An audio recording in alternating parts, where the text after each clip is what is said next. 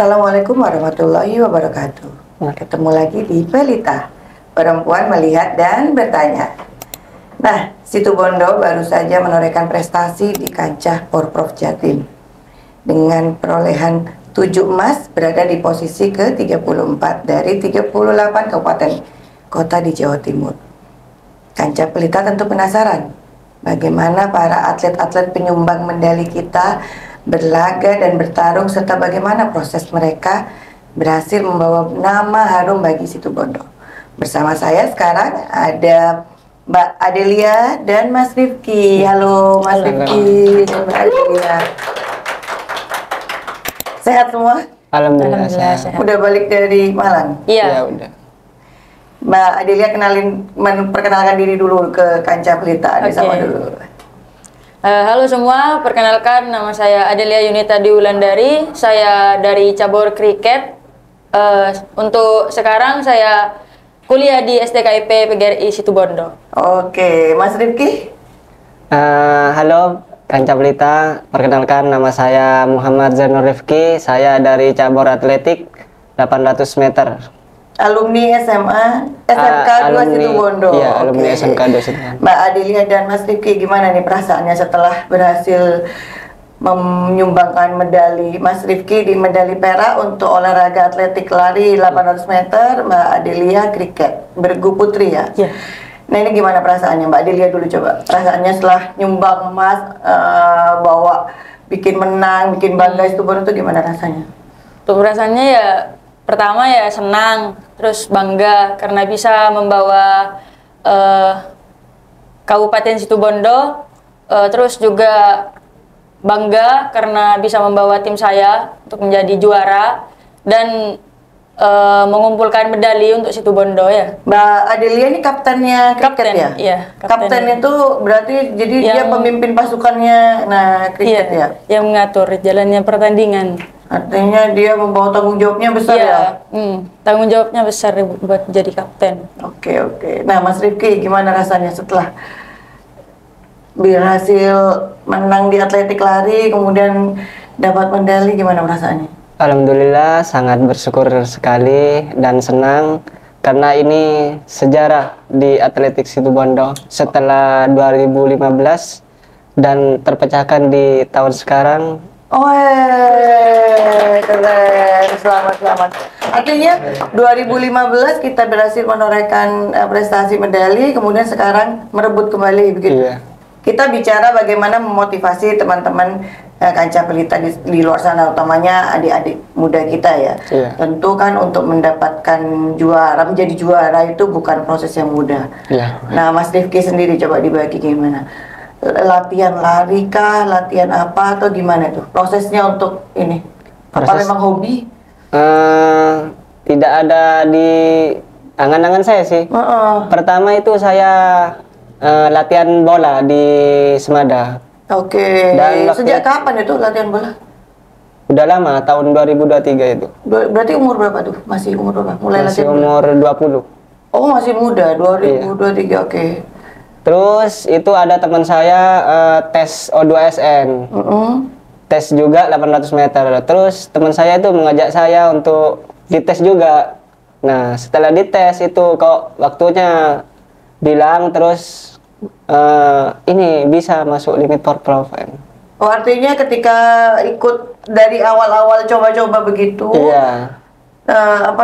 Kemudian ternyata setelah dilakukan uji coba memenuhi syarat gitu. Iya, katanya masuk limit Porprov. Nah, setelah itu saya kok punya mimpi kayak ingin bermain di Porprov di tahun itu. Nah, di tahun 2023 itu limit saya masih jelek, tidak masuk Porprov. Nah, jadi saya itu belajar latihan lagi yang lebih keras. Latihannya tuh di mana, Mas? Latihannya kadang di lapangan Kendit, kadang di alun-alun Situbondo. Alun-alun tuh. Mas Rifki sendiri tinggalnya di mana? Di Talkandang. Oke. Baratnya SMP 3 Situbondo. Oke. Nah, kalau Mbak Adelia, kriket itu kan bukan olahraga yang biasa ya di Situbondo ya. Baru olahraga. Tergolong olahraga yang baru lah. Karena kalau Situbondo nih kenalnya mungkin kasti, Iya. ya kan. Nah, terus kriket sendiri, tiba-tiba main kriket atau kenal kriket itu sejak kapan dan mungkin serius menekuninya itu sejak kapan, Pak? Kalau ditanya kapan, awal pas masuk kuliah, karena ketua Oh, ke dari SMA itu belum ada belum cita-cita belum jadi tahu. main. Iya, belum tahu juga kriket itu apa. Terus awal masuk Kalau saya kuliah, tahunya coklat itu Mbak, kriket. Oh iya, salah. Iya, oke. awalnya itu kan dosen saya itu kan ketua dari yang megang kriket di sini. Oh, ketua di Situbondo. cabang. Oh. Iya. Jadi dia memang nyari bibit gitu. Jadi bertemu dengan saya, terus saya disuruh ikut. Nah, awalnya juga tidak tahu kan kriket itu apa sih gitu kan. Tiba-tiba disuruh ikut tes. Waktu itu tesnya di Surabaya. Nah, dikasih tahu ikut tes. Tesnya tanggal sekian gini, terus ya sudah akhirnya berangkat ke Surabaya. Nah, di situ tes fisik. Kan awalnya kan memang sudah tidak ada kegiatan olahraga, jadi sudah lama juga ada olahraga. Terus modal nekat saja ke Surabaya itu. Ternyata pas tes fisik akhirnya lanjut, kok berlanjut gitu kan. Ya sudah, akhirnya dimulai dari situ. Nah, Terus kemudian kriket ini kan bukan perorangan ya, dia kan Iya. olahraga beregu gitu. Menemukan teman-teman timnya itu bagaimana feel-nya? awalnya itu saya ikut perlombaan itu Itu sejak tahun berapa tuh, Mbak? kemarin ikut tahun 2023. Oh, sama dengan Mas Rifki berarti mulai Iya. awal menggeluti 2023 ya. Itu awal ikut perlombaan di BK-PON di Bali kemarin. Jadi 1 bulan full itu latihan bareng di Surabaya. Jadi latihan 1 bulan full di Surabaya, habis itu 1 bulannya lanjut di Bali langsung. Jadi di sana dapat teman baru gitu kan. Terus untuk selanjutnya karena ada kegiatan kemarin itu ke Jurprov, ikut juga di Malang juga. Dan akhirnya berlanjut ke Porprov. Dan di sini juga yang apa ya? Yang diminta buat nyari bibit-bibit itu sebenarnya saya. Jadi saya itu jadi atlet juga ngelatih juga gitu buat nyari-nyari bibitnya yang ada di Situbondo agar kriket ini berkembang di Situbondo gitu. Lebih dikenal lah ya. Iya, Nah, lebih dikenal. teman-temannya Mbak Adelia sendiri kan satu beregu tuh berapa orang? Ada 11. 11 orang. Nah, menemukan 11 orang itu gimana tuh? Nyari bibit-bibitnya. Pertama nyari Bibit itu bukan kayak nyari bibit mangga kan? Enggak, bukan. Enggak ya. Gimana nyari bibit tuh kayak gimana? Jadi kita itu apa ya, kayak mengajak teman lah. Kan punya teman di sekolah gitu. Jadi minta tolong untuk gabung juga ke kriket. Akhirnya diadakanlah buat kemarin kebanyakan yang ikut itu anak Semada kebetulan. Karena Mbak Adelia alumni Semada. Iya, alumni di sana. Jadi ya karena ada itu ya diajak satu-satu dan akhirnya ngajak teman akhirnya terbentuk sampai sekarang gitu. Jadi ajakan gitu Nah, bergabung. pemain kriket sendiri di Situbondo hanya satu timnya Mbak Adelia atau masih banyak sebenarnya pemainnya, cuman kebetulan yang terseleksi untuk mewakili Sebenarnya banyak, cuma yang kan ada seleksi kan. Jadi yang ngikut itu hanya 11 orang itu pemain. Nah, kembali ke Mas Rifki ya. Kan nggak mungkin Mas, dari 2023 memang potensinya mungkin baru diketahui ya ketika uji coba-coba ikut teman ikut O2SN. O2SN.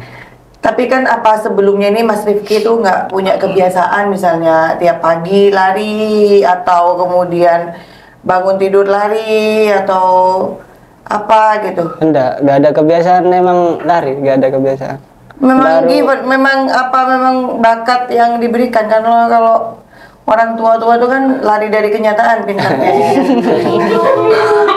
Ya, artinya memang tidak kemudian 2023 kemudian kebetulan, apakah memang sebelumnya memang sudah punya kebiasaan hanya baru diketahui ketika 2023 itu atau bagaimana?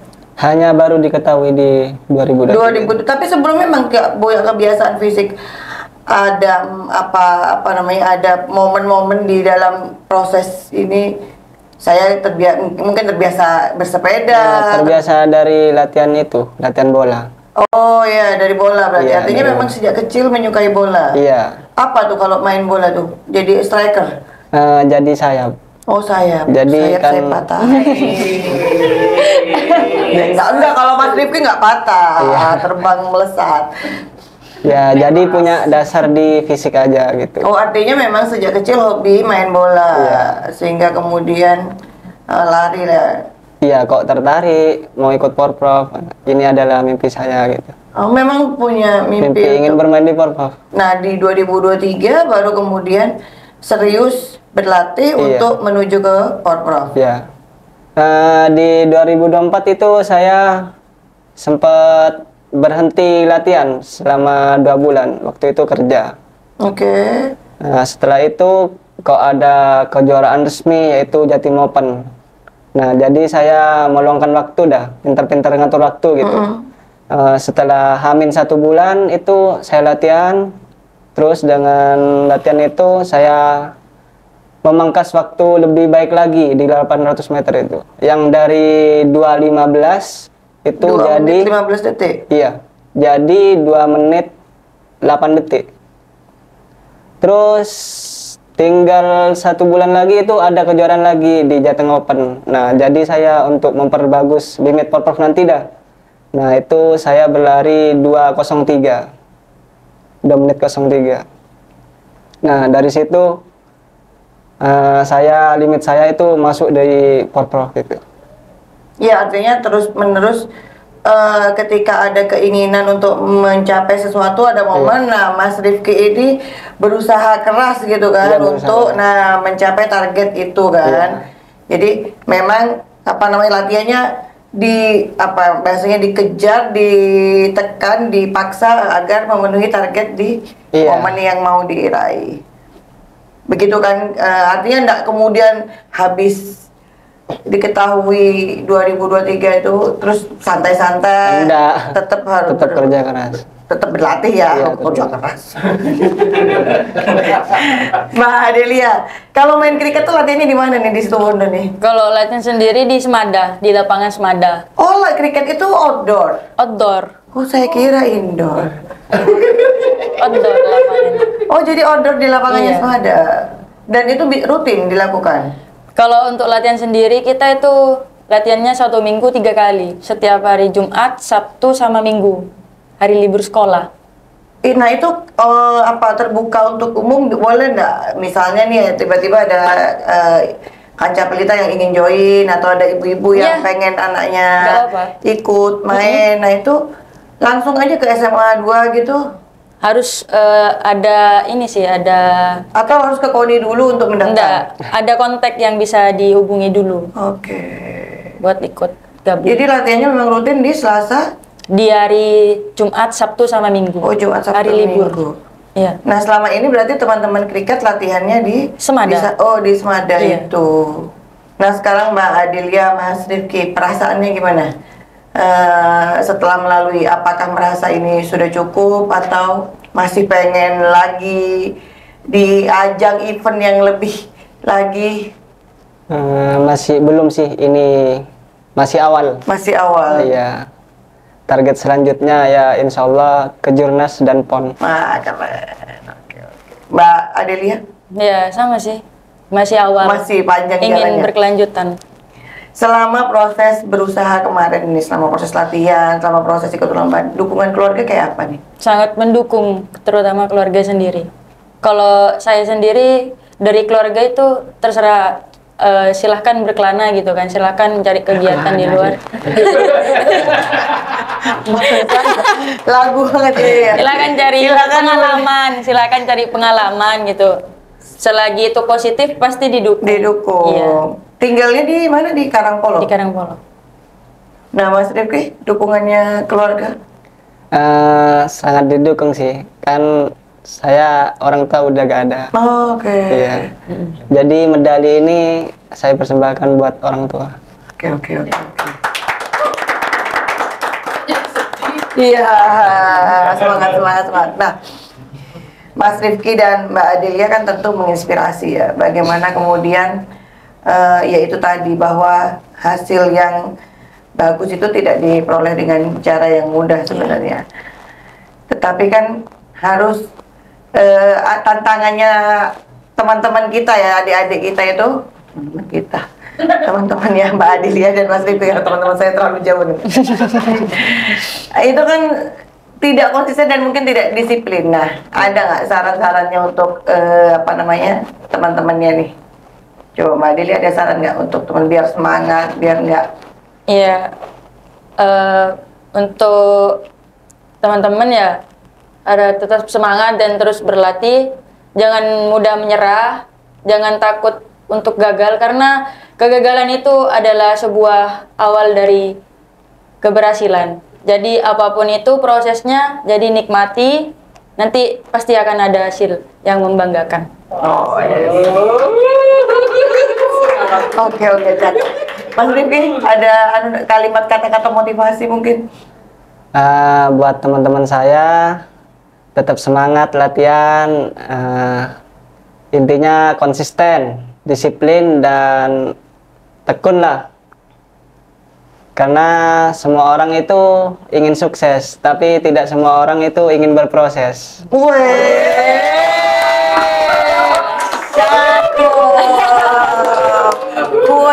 Nah, bicara tadi semua orang pengen sukses, semua orang tapi tidak semua orang mau berproses. Mbak Adelia juga tadi jangan takut gagal. Pernah nggak sih dalam momennya kalian berdua ini ada gagalnya itu? Tadi contohnya sudah ikut momen di Bali, Mas Rifki juga ada ikut sebelumnya. Iya. Nah, itu ada pernah gagal nggak? Pernah, sering. Oh, sering ya? Jadi gimana pas gagal itu? Ya, pas gagal itu bukan mau berhenti gitu, malah pengen mencoba lagi gimana biar berhasil gitu. Pengen membuktikan. Iya, kalau yang namanya proses itu pasti ada hasil yang membanggakan gitu buat kedepannya. Makanya dari itu pengen terus membuktikan kalau gagal tuh, bukan malah tidak mau lagi buat mencoba gitu. Jadi pengen terus-terus sampai berhasil. Mas Devi?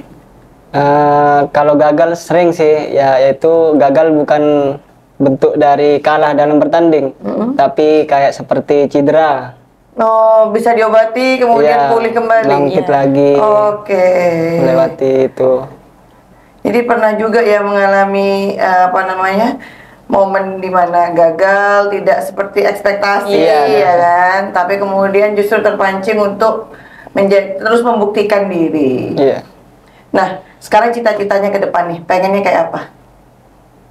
Untuk cita-cita ke depan, kalau bisa kan sekarang sudah membawa nama baik kota gitu kan. Pengennya membawa nama baik, pengennya mengharumkan nama bangsa nanti. Oke. Artinya tidak berhenti, harus lebih keras lagi berusahanya. Nah, kalau Mas Rif? Kalau saya sih ingin lebih bermimpi tinggi lagi.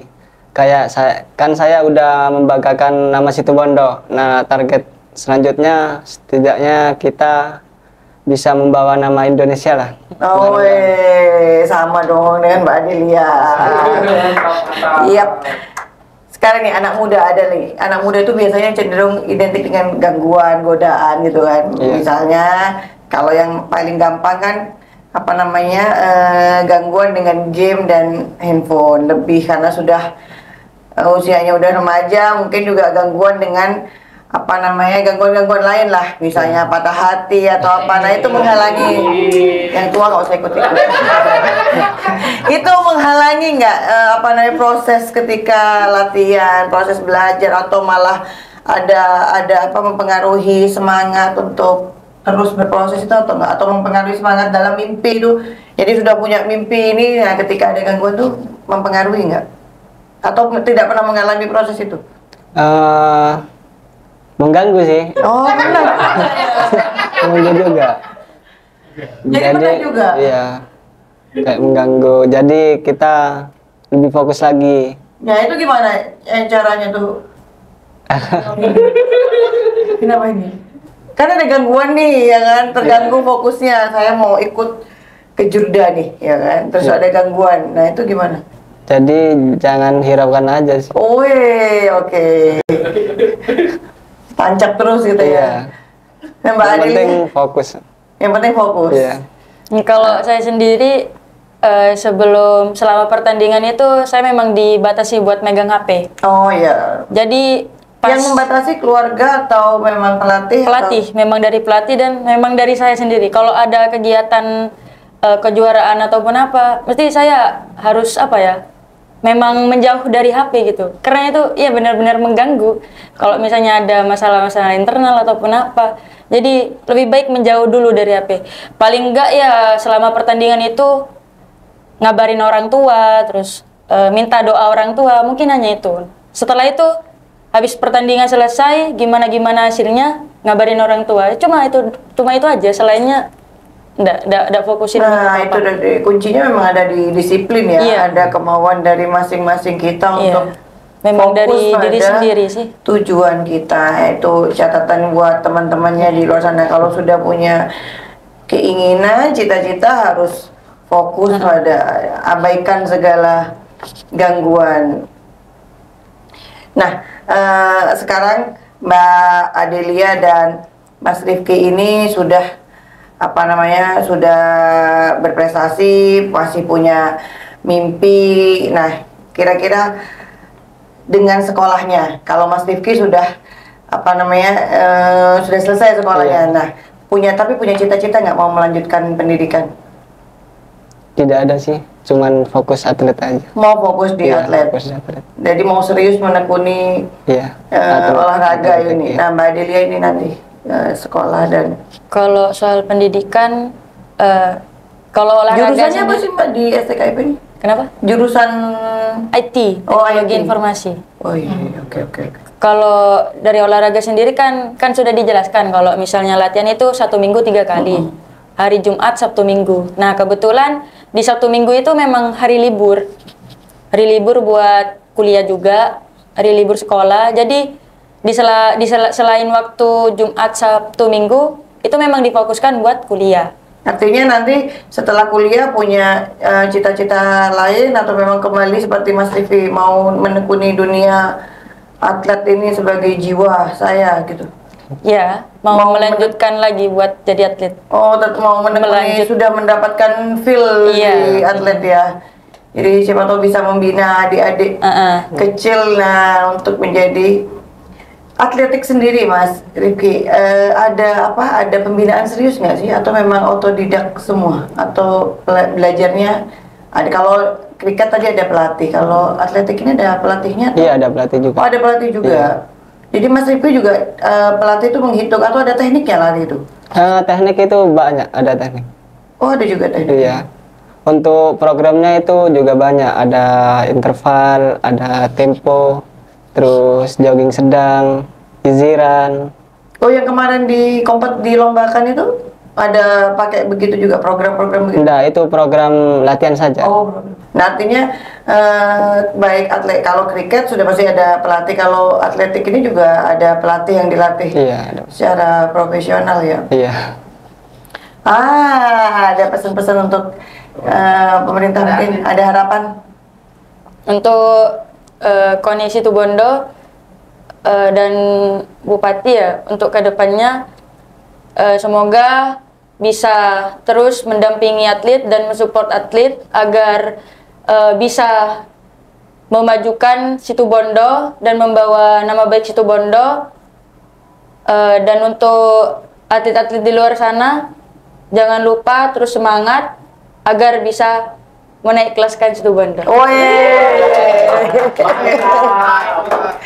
Mas Rifki punya harapan kepada pemerintah daerah, pada KONI, pada Ya, dari KONI dan Bapak Bupati Situbondo, harapan kedepannya semoga Situbondo lebih baik lagi dan lebih berprestasi lagi, yaitu dengan naik kelas. Yes.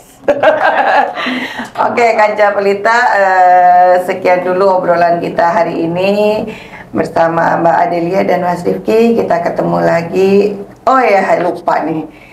Jangan hanya mau sukses tanpa berproses, karena semua sukses diawali dengan proses. Oke, terima kasih. Kita ketemu lagi di sesi mendatang. Wassalamualaikum warahmatullahi wabarakatuh. Waalaikumsalam.